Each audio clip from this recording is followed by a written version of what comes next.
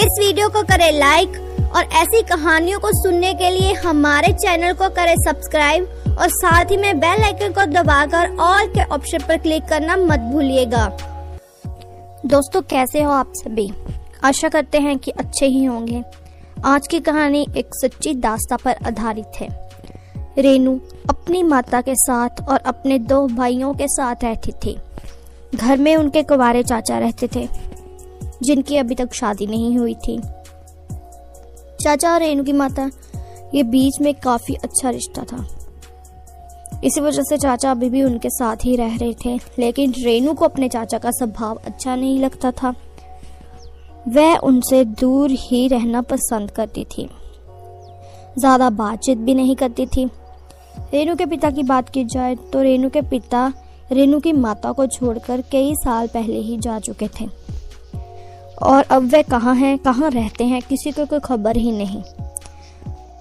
घर में अगर मर्दों की बात की जाए तो उनके चाचा और उसके 2 भाई रहते थे। बड़ा भाई भी कभी कभी घर आता। वह शहर में सरकारी नौकरी करता था, वही रहता था। छोटा भाई 11वीं कक्षा में पढ़ता और रेनू कॉलेज में पढ़ती। चाचा उनके सरकारी कर्मचारी थे, सरकारी नौकरियों की, लेकिन फिर भी उनकी शादी नहीं हुई। उन्होंने शादी की ही नहीं, वे अपने भाई के परिवार के साथ कई सालों से रह रहे थे। उनका भाई जब अपने घर को छोड़कर भाग गया, उसके बाद भी वे अपने भाई की बीवी, अपनी भाभी और उनके बच्चों के साथ रहते हैं। रेनू एक दिन ऐसे ही कॉलेज से लेट घर आई। जब घर वापस आई तो उससे पूछा गया कि लेट क्यों हो गई, तो उसने बताया कि उसकी सहेली का जन्मदिन था, इसी वजह से पार्टी में थोड़ा सा लेट हो गई और बाद में ऑटो भी नहीं मिला। ये सुनते ही चाचा जी चिढ़ गए। वह रेनू को बोलने लगे कि सुनो रेनू, माँ तो तुझे कुछ बोलती नहीं, क्योंकि वह अपने देवर के स्वभाव से पूरी तरह जानती है। वह जानती है कि वो क्या कर रही है। रेनू को ये बात गुस्से में लेकर आने वाली लगी।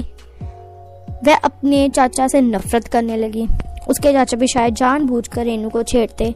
फिर एक दिन जब रेनू रात को अपने कमरे में सोने के लिए गई तो उसने दरवाजा थोड़ा सा खुला रखा, तो रेनू के चाचा बाहर से जा रहे थे तो वह अंदर आ गए।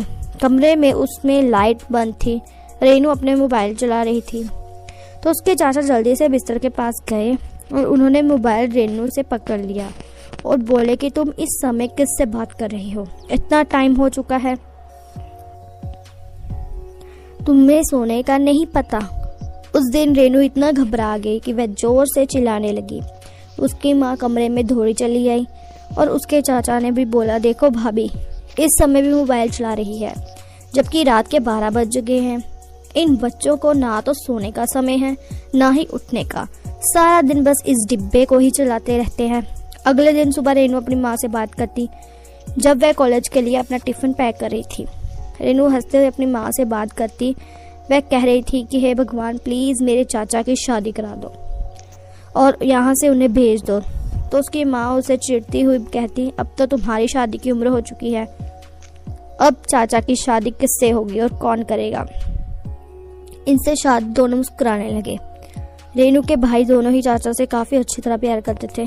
बड़ा भाई तो खैर अब शहर में ही रहता था। छोटा भाई चाचा के साथ बैठकर बातें करता, उनके साथ खेलता। चाचा उन्हें पैसे भी देते और उन्हें पूरा बच्चे की तरह पालता। लेकिन रेनू को भी अच्छा प्यार करते थे। जब भी इनको किसी भी चीज की जरूरत होती, चाचा उठकर सामने आते। उन्हें पता था कि मेरा भाई तो है नहीं, बच्चों को तो मुझे ही पालना है, और इनको पैसे भी देते। बस वो रेनू से ही कुछ ज्यादा ही सख्ती करते। एक दिन रेनू अपनी सहेलियों के साथ कुछ दोस्तों को घर लाकर आई। जब उनके चाचा ने देखा तो रेनू के लड़के भी कुछ दोस्त हैं, तो चाचा चिढ़ गए। उन्होंने बेहोश होने का ड्रामा किया और सभी को वहां से भेज दिया। और बाद में रेनू की क्लास लगी और कहा कि जब तुम्हारी शादी जल्दी होने वाली है, तुम ऐसे नहीं सुधरोगी। रेनू की माँ अपने देवर को कुछ नहीं कहती, क्योंकि वह जानती थी कि ये हमारे लिए बहुत कुछ कर रहा है। लेकिन रेनू अपने चाचा से बहुत नफरत करती थी। वह उससे बहुत ज्यादा दुखी हो गई थी। उसने सोचा कि जल्दी से रेनू की शादी कर देते हैं। चाचा ने अपने ऑफिस में कुछ लोगों को कहा कि हमारी लड़की के लिए अच्छा रिश्ता ढूंढो। ऐसे ही रेनू के लिए एक अच्छा रिश्ता आ गया। लड़की की सैलरी करीब 1-1.5 लाख थी। उनका अपना बिजनेस था। वह साथ में कंपनी में जॉब भी करता था। मतलब कि महीने का अच्छा खासा पैसा कमाता था।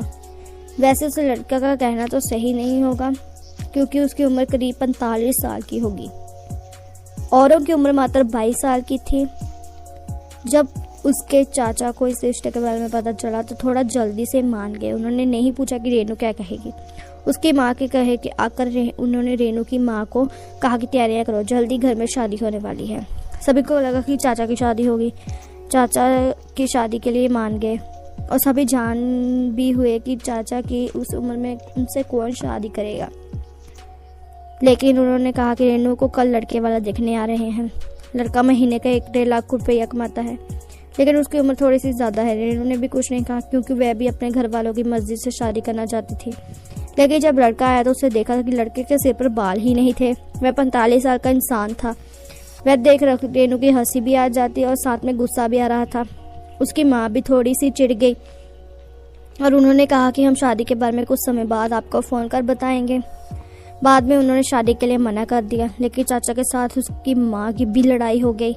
उन्होंने कहा कि हम आप पर विश्वास करते हैं, आप ऐसे रिश्ते लेकर आ रहे हैं, पैसे क्या करना है, सारी उम्र भी तो एक होनी चाहिए। रेनू भी रो रही थी। चाचा ने कहा कि अगर वह यहाँ जाती तो उस घर पर राज करती, पैसे की कोई कमी नहीं आती। अगर पैसा है तो खुशियाँ हैं।